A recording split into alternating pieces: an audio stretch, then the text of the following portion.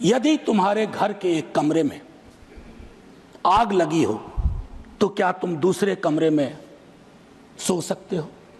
यदि तुम्हारे घर के एक कमरे में लाशें सड़ रही हो तो क्या तुम दूसरे कमरे में प्रार्थना कर सकते हो? यदि तुम्हारा जवाब हां है, मुझे तुमसे कुछ नहीं कहना है। आज सुबह सोच रहा था माननीय उपसभापति महोदय, अगर धृतराष्ट्र ने महाभारत को संजय की नजर से ना देखा होता तो क्या होता? संजय को कैबिनेट मान लिया जाए। मैं इस संदर्भ में ये बात रखना चाह रहा था। खैर, जाहिद ने मेरा हासिले ईमान नहीं देखा, रुख पे तेरी जुल्फों को परेशान नहीं देखा। तो जो परेशानियां हैं, जो दिक्कतें हैं, वो अगर रिफ्लेक्ट होती है सर, तो एक कलेक्टिव विल उस पर काम करेगा सर। दुनिया की कोई ऐसी समस्या नहीं है जिसको हम लोग साझा रूप से हल नहीं कर सकते हो। यह पक्ष विपक्ष का मामला नहीं है। उस संदर्भ में यह बात मैं कह रहा था सर। यह अवसर है, महाकुंभ में जो जाने गई हैं, मैं उनके लिए श्रद्धांजलि व्यक्त करता हूं अपने सभी साथियों की ओर से। सर, मैं आंकड़ों में जाऊंगा ही नहीं। मैं कोविड के दौर का भी गवाह हूं सर। कितनी लाशें अनअटेंडेड चली गई सर। अति साधारण लोग हैं ये।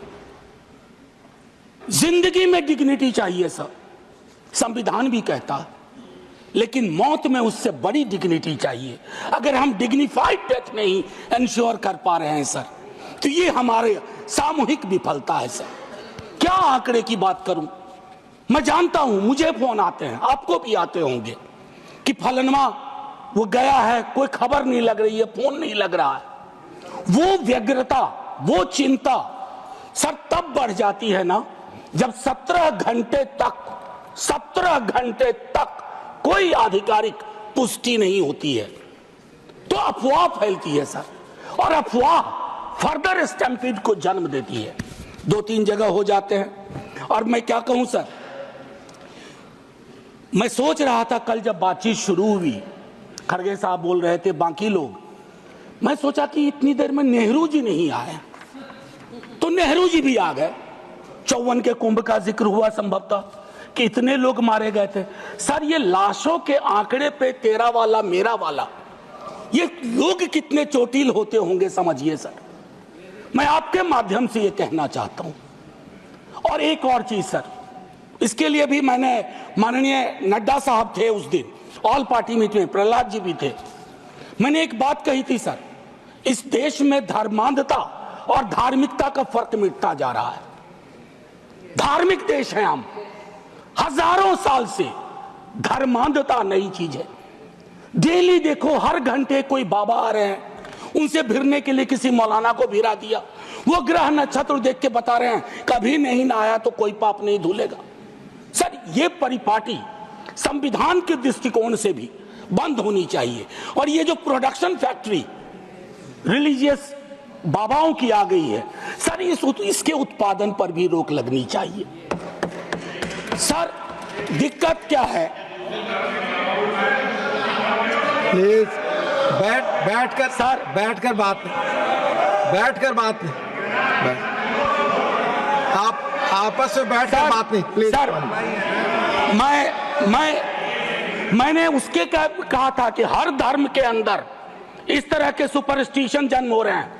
और मैं एक और बात कहता हूं सर, ईश्वर को क्यों ठग रहे हैं? वीवीआईपी दर्शन, ईश्वर के समक्ष भी ये बात होगी कि एक जनसाधारण का दर्शन, एक वीवीआईपी दर्शन।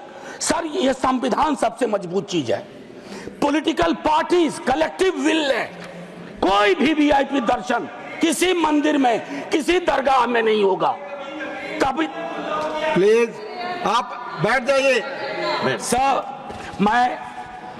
मैं सिर्फ इतना कहना चाहता हूं सर कि माननीय महामहिम ने एक बात रखी कि सरकार के निर्णयों से गरीब, मध्यम वर्ग, युवा, महिलाओं, किसानों को सर्वोच्च प्राथमिकता मिलती है। सर, अगर ये सच होता तो मैं ये सवाल नहीं उठाता। आंकड़े तो हमें उपलब्ध ही नहीं हो पा रहे हैं सर, सेंसस ही नहीं हो रहा, तो बाकी छोड़ दीजिए, हम कास्ट सेंसस की बात करते हैं। यहां सेंसस का एलोकेशन ही देख करके चिंता में पड़ गए हैं कि आखिर कौन सी चिंता है। सर ये आंकड़े चिंता का विषय है सर। किसान प्राथमिकता में है और किसान से संवाद नहीं है सर। असल में एक बात एक कवि ने कही थी सर, आप मुझसे बेहतर जानते हैं कि लोहे का स्वाद लुहार से ना पूछो, उस घोड़े से पूछो जिसके मुंह में लगाम लगी हुई है। ये हम पूछना भूल गए हैं। जैसे कि मैं सो रहा हूँ तो पिताजी को जगाना है मुझे, तो वो डायरेक्ट उठाने के बजाय, और हिंसा की परंपरा मेरे यहाँ नहीं थी सौभाग्य से, तो वो क्या करते थे कि उस कमरे में आ जाएंगे या बाहर से गुजरेंगे और चौपाई बोलेंगे, प्रात काल उठ गए रघुनाथा मात पिता गुरु नावई माता। कभी कभी मैं गुस्से में उठ करके अरे पापा चरण स्पर्श किया और सो गया। मैंने कहा अब मत उठाना।